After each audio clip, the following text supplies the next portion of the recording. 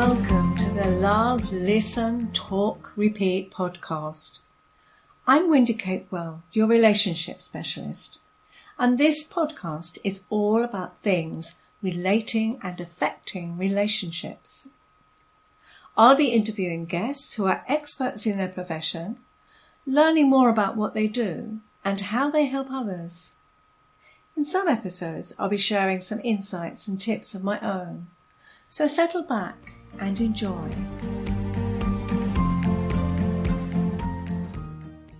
Today I'm going to be talking to Harriet Waley-Cohen, and she is a speaker, a coach who specialises in showing women how to feel truly fabulous about themselves. She's also a mother to 2 boys and a puppy, a cockerpoo, which we were just discussing about how adorable they are. So, Harriet, can I hand over to you so that you can introduce yourself? Yeah, thank you. So I think probably the most important thing to say is that my puppy, Fizzy, who's asleep under my desk, her and I actually have exactly the same hair. So we are definitely a dog and owner that that look like each other. And she's got dark brown curly hair, and I've got a really good friend who has blonde curly hair and has a blonde cockapoo, and we look hilarious when we go down the road together. So yes. Anyhow, moving on from dogs. So yes, I show women how to feel amazing about themselves, and not just a bit amazing or sometimes amazing, how to do, really truly always know that they're more than enough, that they're fabulous. And it's an amazing privilege to get to show women how to do that. I think my experience is that people put themselves last, especially women, especially mums. You ask them, who's the most important person in your life? And they'll go through a whole list, it'll be their kids, it'll be their partner, it'll be the dog, it'll be everything. And then I said, well, hang on, where about you? Mm-hmm. And they kind of look at me in complete astonishment. Well, yeah, but everybody else comes before me. Well, so if you're not good in yourself, how can you help anybody else? Yeah, and women then wonder why they don't feel so good about themselves. And actually, how you treat yourself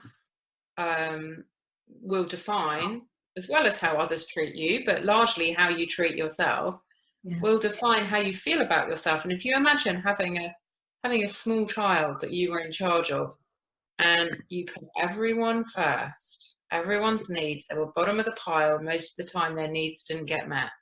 Can you imagine how miserable and sad and what low self-esteem that child would have?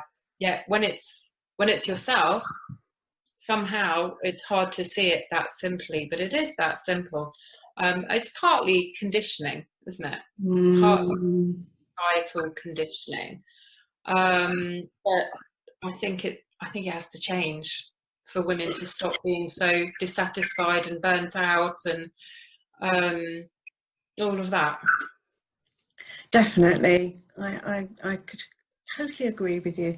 And I don't know if you're the analogy that I use quite often is when you're flying and I ask people, what do they tell you about the oxygen mask? Do you know this one?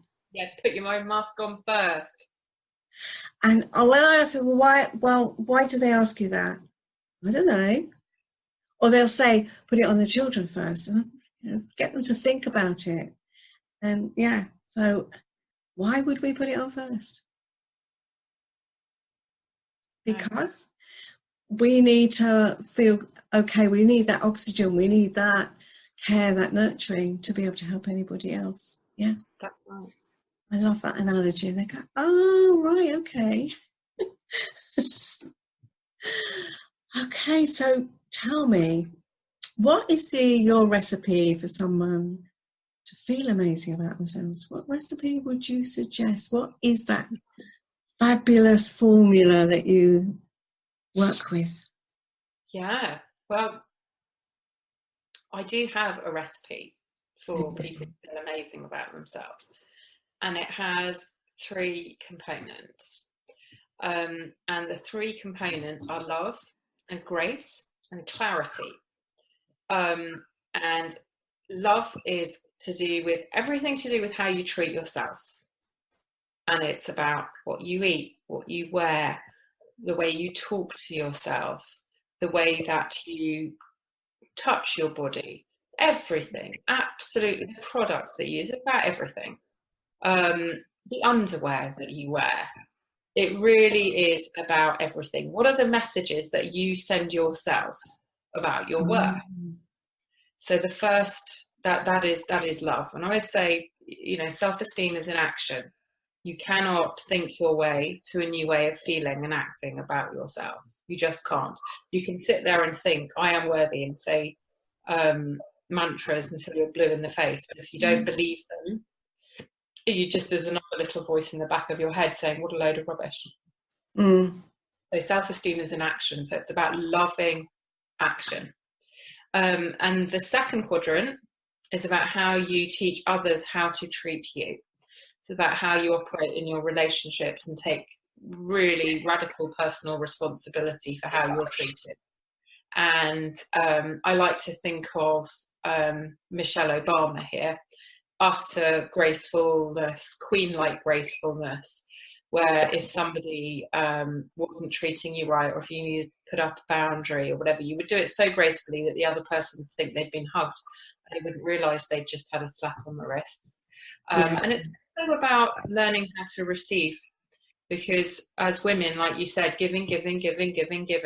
When do we stop and receive help, receive love, receive gifts, receive compliments?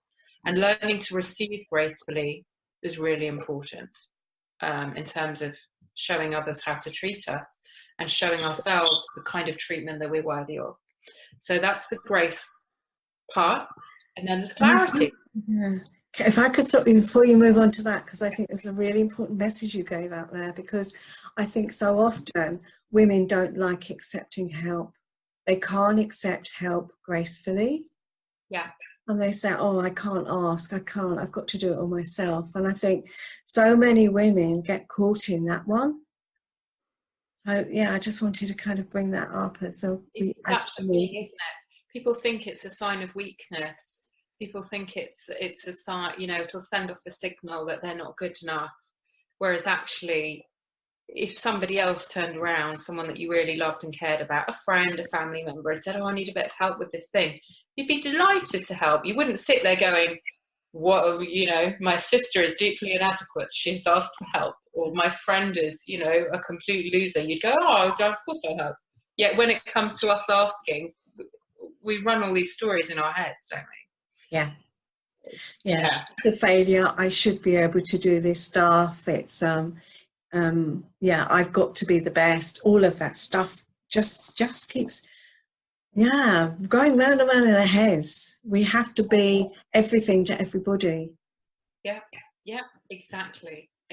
So the graceful receiving, as well as the graceful showing up in relationships and showing others us.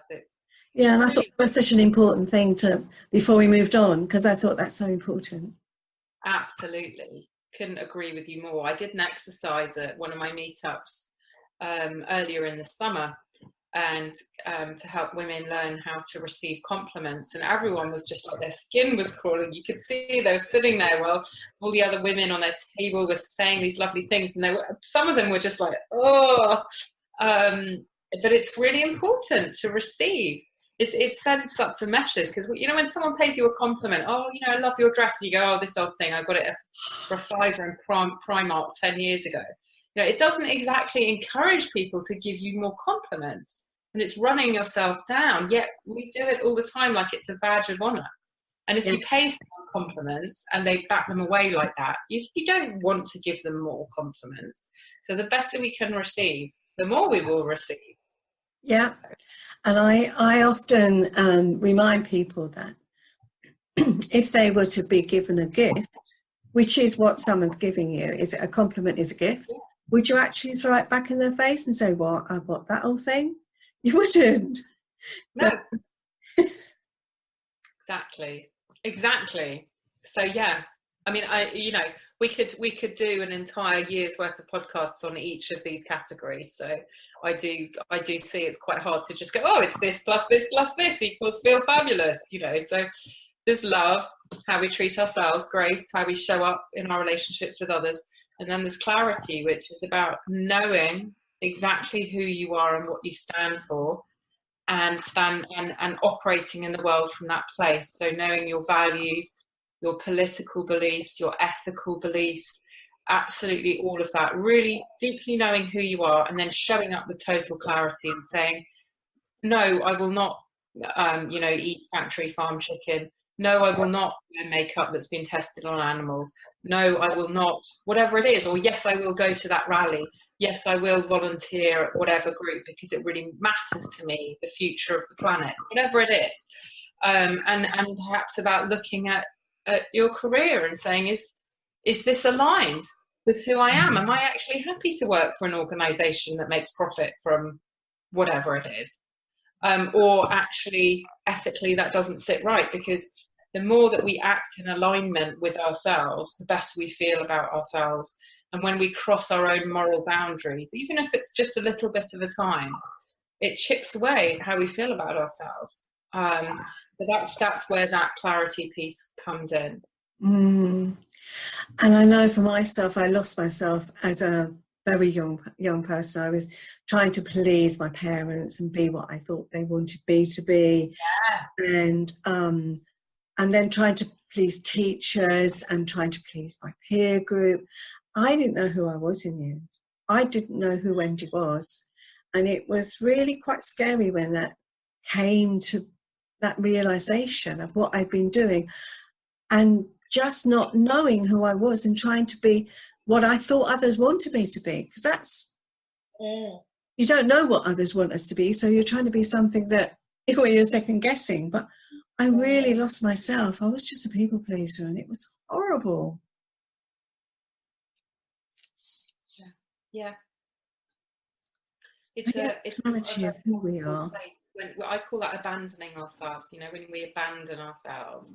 And I think the only person that can abandon you when you're an adult is yourself. But the cost to that, it sends a big message to yourself about whether you can trust yourself, and that impacts how you feel about yourself as well. Because when your behaviour is inconsistent, or you're not honouring yourself, it's quite hard to trust yourself. Definitely. So they're really I love your recipe. I know, it's very top line. It's like, I'll just do these 3 things and you'll feel amazing about yourself. That's actually a lifetime's work of self-development wrapped up in 3 words. So yeah, absolutely, you're right, it's a lifetime's work. I totally agree with you. But yes, I think it's great to have those 3 cornerstones that you use as your a starting point. You've got to have something to work on, haven't you? Yeah. So tell me, what tips would you have for someone with a really loud and debilitating inner critic? Oh gosh, that one. Yeah. See, this is the thing, because when you do feel amazing about yourself, you do still have an inner critic. I was reading an article recently about some of the most successful business people in the world, you know, the Bill Gates League of people, and they all say, yes, they have an inner critic. It's just about whether you choose to listen to it or not, and whether you allow it to shape your actions. So I think trying to completely smash your inner critic and get rid of it is perhaps a no-win game. And the trick is knowing that it's your inner critic, realizing that you have a choice whether to believe it or not, whether to run with that thought or not, and which is, you know, the basic principles of mindfulness, isn't it? Just being able to observe your thoughts without always buying into them, and then choose what you're going to do.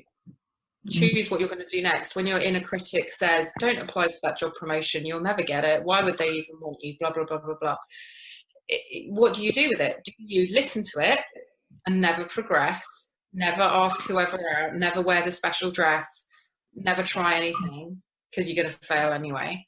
Or do you just say thanks for that, as if it was a drunk at a bus stop who shouted it at you, and you just think, shut up, what are you talking about? And you'd move on. Or if it was a screaming toddler having a tantrum, you went, have the cake, you'll never lose the weight. Do you know, you just wouldn't listen to them, yet we listen to the voice in our own head. It's about choosing. It's very much about choosing, and my own coach calls this radical personal responsibility. And he has a system of 4 questions that really, really works. And the first one is, what am I feeling? So you might be feeling doubtful, worried, lacking confidence, whatever it is you're feeling. Next question, what am I focused on? Might be focused on everything that could go wrong.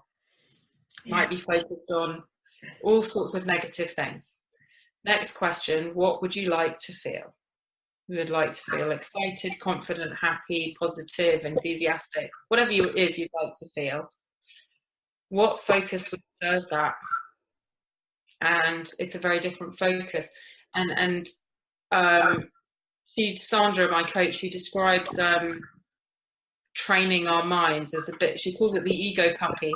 It's like training a puppy who's just all over the place. And it's that thing, like that famous quote that Buddha says, the mind is like a tree full of monkeys.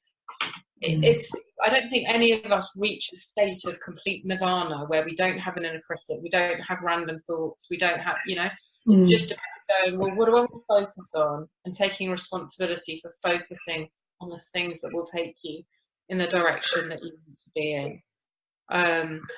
My personal experience is that fighting with the inner critic doesn't work because it fights back. It's better to just say, oh, okay, an interesting point of view, as if Donald Trump had just shouted it at you, and then carry on anyway. Yeah. Or maybe even, I think, just as you say, not batting it or not absorbing it totally, not accepting it, not batting it away and feeling bad, but maybe even sometimes I think it's worth, I'm just thinking about myself, thinking about how valid is this? Do I really need to swallow it whole? Because sometimes that inner critic, maybe they've got a valid point and it's more about a discussion point rather than taking it full on. What are your thoughts about that? I suppose when I think about the inner critic, it's just an outright negative force that's going to hold you back. When it's a useful, helpful thought, is that your inner critic? I don't know. Maybe it doesn't matter what label you give it, to be perfectly honest. No. I do think there is some merit sometimes in saying, going through a questioning process. Is it true? Is that something I want to listen to? And that's part of being mindful, and not fighting with it. But I think sometimes you don't want to give it too much airplay. You don't want to take it into too much consideration. Otherwise, it might keep making some more suggestions. So. Yeah, I'd agree with you there. It's just, I think sometimes if our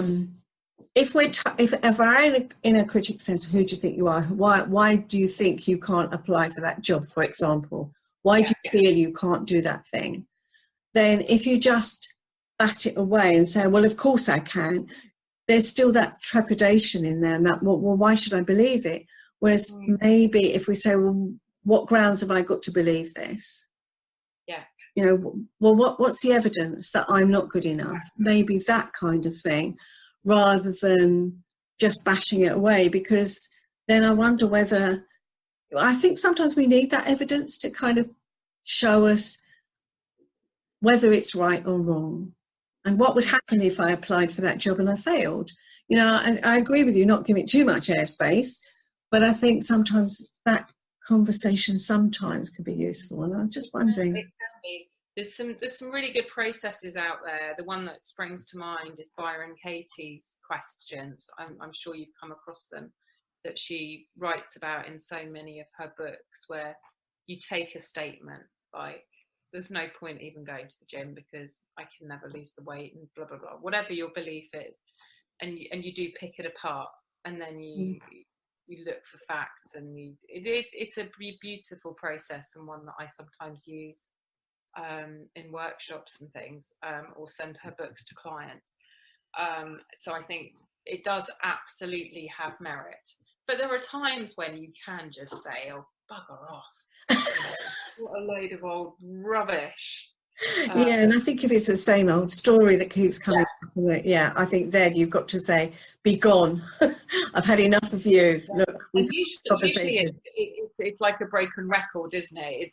And underneath it is the same old thing of you're not good enough, or you're not lovable, or you're whatever it is that might be going on in somebody's head. There's always that thing, and it's like, oh, it's that again. I would agree. Yeah, it's just sometimes I think we can just push it aside, and then it just keeps erupting, and come on, why are you feeling this way? Usually it's conditioning, as you say. We're conditioned, we're told as children or teachers, it could be just implicit. And sometimes it keeps us safe, right? Often we don't do things because we're not getting anything out of it. It's what my most horrible question that I ask my clients is, what are you getting out of this? Because I do, if I'm doing behaviours that's keeping me stuck, because it'll be protecting me from rejection, or protecting me from whatever it is that's a bit scary. So buying into the inner critic is like, oh, I'll just play safe then. And then the inner critic's like, oh, seems to have gained a bit of ground there. So I think in a loving way, this is all about being very loving inquiry into what's really going on in our minds and our hearts. Yeah, very good advice. Tell me about disempowering behaviours and how they affect our self-esteem. Well, I think the clue is in the word disempowering, isn't it? And it needs a bit of a giveaway. Yeah, because disempowering behaviours, we're generally not on our own side. We're not working in our own favour. We're maybe sabotaging ourselves, or setting ourselves up to fail, or just holding ourselves back. I did a whole talk about this last night, so it's very fresh in my mind, about what the sort of 5 most common things are for women in terms of how they disempower themselves. Things like focusing on your weaknesses rather than your strengths and your achievements. That's a big one. And one of the others was not knowing who you are or what your vision is for yourself, and being constantly bombarded with whether it's the media or your parents or your boss or whoever's vision for you, and then just going with that. That's a very disempowered position. That takes you away from that clarity piece. Sometimes it's the trying to do it all on your own thing, the drama triangle, the rescuer, persecutor, victim triangle. That's a very disempowering game that a lot of us play, male and female. And that really is born from a complete lack of self-care, but also from a lot of controlling, needing to get a certain outcome. So thinking, well, I'll do it all and then I'll get the outcome I want, and then you don't get the outcome you want. So these kinds of things, they just, all of them show you that you're not worthy, that something else is more important than you are. Yes, quite agree. And it's interesting you brought up the drama triangle, because that was one of the first things I ever learned in training. And I was in an abusive relationship at the time, and it was, wow, this is the game we're playing, and I'm not playing it anymore. And I removed myself from that relationship simply by acknowledging that and saying I'm not playing anymore. And I think I'll just draw the audience to where this comes from. It's from Eric Byrne, and he's written a book called Games People Play, and there are lots of games that people play in there. It's a fascinating book. Not one you could just sit and read cover to cover, I have to add. I could never understand why why our tutor said that he'd taken it on holiday to read, because when I looked at it I thought, he must be the most boring person on earth to be able to read that book on holiday. But it's certainly one to dip in and out of, but it's quite a useful book, I think. Yes, I just want to say that because we both the analysis and things like the codependency literature and all that kind of stuff. I think there's lots in there. And it's kind of entrenched, isn't it, in society, that women, we should be the rescuers, we should be the martyrs, we should be doing it all, we should, and actually in the corporate world, I think women have a tendency to become that over giver, over rescuer, over helper, because we've just about been allowed into the corporate world, so long as we're at least as good as the men, if not a lot better, work a lot harder, take on a lot more. And so we've fallen into that role, and then we find ourselves dancing around the triangle without even realizing it. And it was interesting because last night at this meetup, when I talked through the triangle, there's always a magic moment when you can tell people who've never seen it before in their life, but who it really applies to, just sit there like absolutely horrified, like, oh my, like you just dropped a bomb in their lap, and they're like, oh my God, I'm doing this, or whatever it is, or my mother's doing this, or my boyfriend's doing this, or my best friend. I remember talking to a member of my family who had a best friend who was constantly trying to force them into the triangle. And when I talked to them about it, just this look on their face of like, and just people's eyes opening. So I'm a fan of looking at the drama triangle in terms of disempowering patterns of behaviour. And obviously, whether you're over rescuing and putting yourself last, whether you're on the attack, which doesn't feel good, or whether you're in victim mode, as you feel even worse about yourself, like none of them set you up to feel great about yourself at all. No. Definitely, it's a very interesting model, I think. And it's a very toxic game, and it could be very, very dangerous game. But yeah, fascinating. I think. Yeah, and it does need at least one party that's in the triangle has to step out of the triangle, and that's when it can get interesting, because the other party will either go, oh, what a relief, or they keep trying to drag you back in. They'll start having dramas and needing rescuing, and then they won't get rescued, so they'll go on the attack. I mean, it's really interesting what happens when you step out of the triangle. Yeah, it's a very interesting one. I do agree with you. We can talk a lot about that one, I know. We can talk today about the drama triangle. So you've talked a lot about toxic perfectionism, and I think that was the talk you gave at the Women Speakers Conference, and it's fascinating. So can you explain more about that? Yeah, absolutely. So I was looking into different aspects of self-esteem, and I realised that one of the things that's a real drag on people's self-esteem is that they put these insanely high perfectionist ideals onto themselves that they can never reach, which keeps the inner critic super happy, stops you from ever feeling good about yourself, stops you from ever acknowledging any achievements, because there's always more to go, and just keeps you in this really punishing, self-defeating cycle. And there's been some quite interesting long-term big data studies actually that have been done recently over decades that have shown a really sharp rise in toxic perfectionism. And they've linked it, categorically associated it with certain mental health conditions, depression, anxiety, and eating disorders. And for young men, it's one of the things that we know that suicide is one of the leading causes of death in young men. And for those that try but fail to take their own life, not ever being able to be good enough, not being able to be perfect is one of the things that they commonly cite. It's a really big deal. toxic perfectionism. Of course, you know, there are good sides to being a perfectionist. There's striving to be the best, having high standards, raising the bar of everyone that you're around, you know, all these good things. But then on the flip side, I think it's a pretty unhappy place to be. And over the long term, it's quite scary if you imagine the numbers continuing to rise the way they have done in the last 20, 30 years.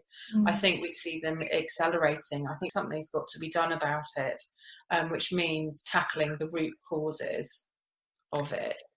Yeah, and I'd agree with you. And I think that perfectionism, and I think some of it, not all of it, but I see it more in business, in the corporate world, because people they're being pushed to work harder, longer hours. There's peer pressure. There's the ethos of a company that you have to work long hours, and you don't succeed. You know, you're not part of the company, and you're not part of the team, and it just horrendous. And I just think, and then companies seem to want their pound of flesh much more than they, you know, like in the 80s. Yes, of course you worked hard, but it wasn't any play amongst it. It was work. It's now work. And if you're not succeeding, you've got to work harder. Yeah, it's competitive, isn't it? Well, I've been here since 6 a.m. and I was here till midnight, and I worked till weekends, and I never switched my phone off. It's horrible, actually, really horrible. Yeah. And as you say, the root causes have to be tackled, whether that's part of the work culture actually is the way that people are measured so frequently, and they're constantly pushed to do better. But that is less, I mean, it obviously is an issue at work, but it's a massive issue for young people as they're growing up now through school. The way that they're measured, the frequency, and the importance that is placed on the results and what it might mean for the whole rest of people's lives. That's a big deal in terms of perfectionism taking root. There's also the media, and which I call compare and despair culture, because people are comparing their insides to other people's filtered, marketed, photoshopped outsides and highlight reel, and constantly coming up short. And then you have the whole fact that we're in a capitalist culture where material gain and winning and rising to the top, they're seen as king, not being a nice person, being a decent person. So we've sort of been pushed from all sides. And so in order to fix this, it requires, well, firstly, a great level of awareness about what's going on, but then a whole lot of other things as well. Yeah, and they're all those things that you brought up, they're so close to my heart, and I totally agree with you, and I see it constantly. And I think the other thing that I notice so much is that how damaging it is to other relationships. You know, I see couples and they say to me, oh, well, our relationship isn't working. Okay, so how much time do you spend together? Oh, well, I get up at 5 and go to work, and I'm not finished till 9 o'clock, and then I'll work after dinner. And it's like, so when do you have time together? Well, we don't. And then there's the kids' activities. They have to fill their children's lives with stuff. The children are never allowed to be bored. They're never allowed to relax. They're never allowed to explore. And so their whole life is just busy, but they've never got time for each other or themselves. It's so true. Yeah. So true.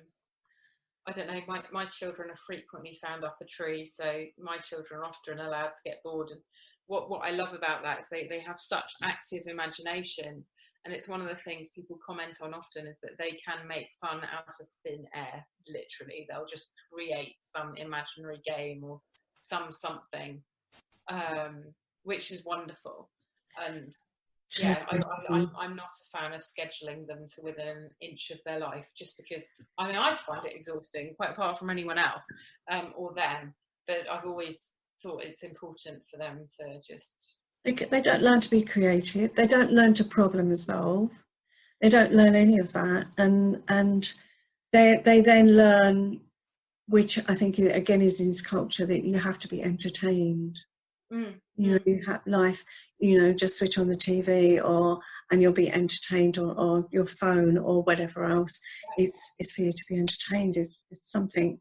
Yeah. So what can people do about that? What is it? I mean, awareness, I think, is the first step. But awareness, absolutely, and then it's about filtering those external influences, whether it's certain people you're following on Instagram, or magazines you're reading, or films you're watching, whatever, these external influences. But it's also about people, because if you've got family members or friends who absolutely buy into the toxic perfectionist ideal, then you've got to limit the amount of weight you give to their opinion and the amount of airtime you give them. And again, that's part of the grace thing, isn't it? It's about taking responsibility in there. So there's that awareness and filtering. It's also about showing yourself through how you treat yourself that you're worth it. And instead of having capitalism, external appearances, all this kind of stuff be the most important thing, you've got to say, well, what really makes me happy and what makes me cared for? And then you've got to give it to yourself. So making self-care and fulfillment and living in alignment with your ethics the most important thing. And then finally, I'm just about to have a mental blank. There is one other thing. I can't remember what it is. It'll come back to me. It will. So how do you, I think there are all of those things, and I think they're so important, Harriet. It's about self-care, isn't it? So much about that. It really is. It's just showing yourself that you're worth it. As I said right at the beginning, self-esteem is an action. And so it's about showing yourself through your actions that you're worth it. And the other thing, which I've remembered what it is about how we view our mess ups and our failures, and whether we see them as something that means something detrimental about our worth, or whether they actually mean that we're learning. You know, as if we were children at school. Oh, I got that sum wrong. Can you show me again how to do long division? Great, I'm learning. Whereas as adults, we make it mean something detrimental, and we focus so much on our failure to be perfect, when what would happen if we focused on our progress instead, which is where the whole, progress not perfection movement comes from, really. So I think that's a really important part of this. I would so agree with you, and it just came to mind about a client I had who just berated herself so much by saying she was such a bad parent, because she said, I've done everything wrong, I've made their lives hell, I've been so bad. And I said, but you can't change history. That was then, and all you can do is live for the moment.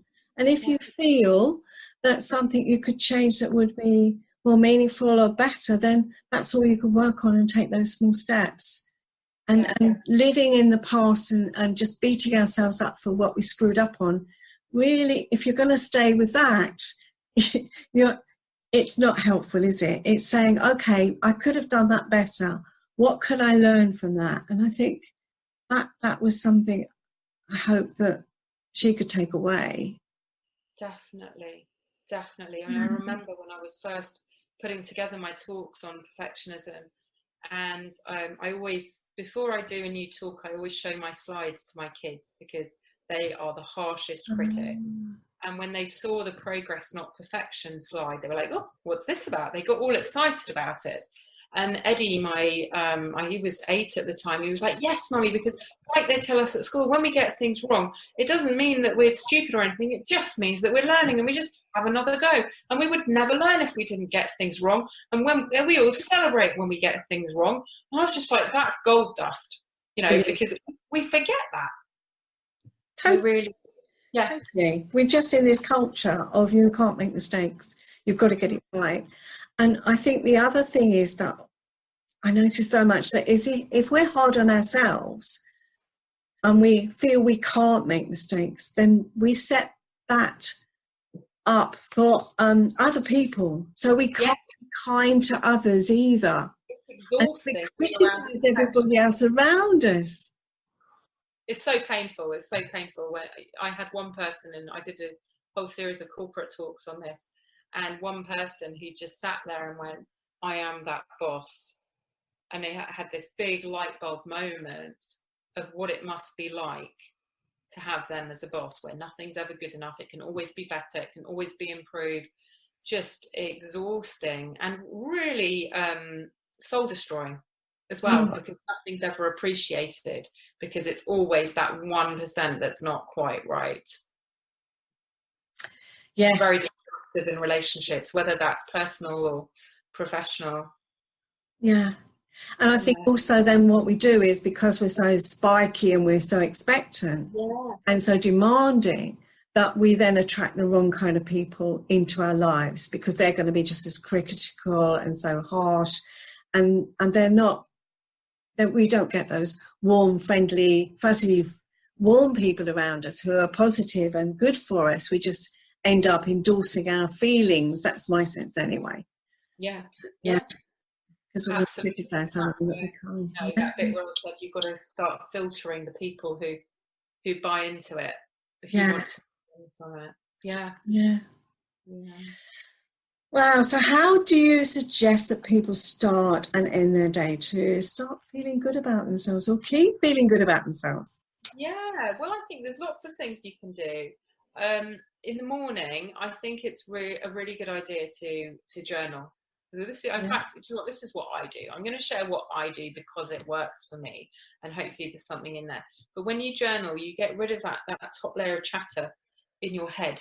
And often it's the inner critic that you're getting rid of, or you're getting rid of your worries and all your to-do list and all this, and it's just gone. And then you have a very clear, calm mind, which means that you can hear, you're much better able to pick through what's critic, what's sensible thought, what's inner wisdom. It's just got a much calmer mind. So I think journaling is a really good way to start the day, as is a little bit of meditation and breathing, just to stay calm. So I would really, really recommend that. I'd recommend a morning routine where you center yourself in how you want to be, how you want to show up for yourself, and remind yourself of who you are, what you stand for, how you're going to treat yourself. I often recommend that people write their own little manifesto for themselves, and until it becomes second nature, read it out. First thing every morning, I believe in this. I treat myself like blah, blah, blah. I eat food that is this, this, and this. Because then it's much easier to start on track than start any old how and then have to get back on track, or find yourself, it's the middle of the afternoon, you're like, oh God, I've eaten crap all day and I'm not feeling good. How do I get back on track? So much better to remind yourself at the beginning of the day, like clear all the clutter with some journaling and meditation, get centered, read your manifesto, and then get on with the day. And then at the end of the day, I think it's a really lovely thing to do to celebrate your achievements. And this is different from gratitude. Obviously, gratitude is an amazing practice for shifting your perspective on your life. But I like to recommend for people to notice their achievements in a positive way at the end of every day. And then if you do have niggling doubts, if you do have beliefs that have really taken hold, or you just can't let go of that thing that you think you messed up, or that thing you should have said, that's when you can work some processes on it, like the ones we talked about, the Byron Katie questioning process, or some other things like that, just to nip things in the bud before you go to bed. And there's always that possibility to have a natter, isn't there, with someone that you really care about, who you can just say, blah, blah, I'm thinking this, and this was a bit crap, and I'm feeling this, and they can just go, oh, never mind, I love you anyway, and you can just move on.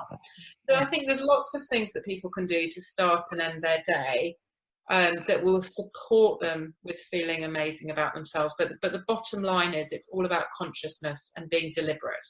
It's all about being awake to yourself, being awake to your actions, and being awake to what's going on in your mind, and training it. Yeah. Great. It's been an absolute delight talking to you today. I've so enjoyed it. I hope you have too, and I hope our audience have learned things as well. Great. before we finish, is there anything that we've missed or something that you really want to say to the audience that maybe we haven't covered? This is about a journey from your ego to your heart. Because it's your ego that says you're not good enough. It's your ego that says, when I've got this, then I'm a good person. In your heart knows the truth. And so as much as possible, get out of your ego, get into your heart, and come from a place of love. All will be well. Oh, that's so lovely. Lovely words. Thank you. And how can people get in touch with you, Harriet? I mean, all of your details will be in the show notes, but if someone's listening or wants to get in touch with you, what's the best way? Do you know what? I think the place where people get the most engagement from me and the most access to me is in my free Facebook group, which is called Harriet's Inner Circle. And it's just a supportive place, and I put out videos most weeks, and we cover things that are all to do with how to feel amazing about yourself and how to have a great relationship with yourself. So I think if people wanted just to find out a bit more about what I'm thinking, get some more tips on all kinds of things, there's so much good stuff in there. That would be a really good first port of call. Fabulous. Thank you so much for being a guest. I've really enjoyed it, and I hope our audience have too. So thank you, Harriet. Thanks, Wendy. So you can find all the information about this show in the show notes. And you can find lots more on my website, www.yourrelationshipspecialist.co.uk, including the link to my podcasts. And you can also sign up on my newsletter, which has lots more tips and offers. So until next time, bye for now.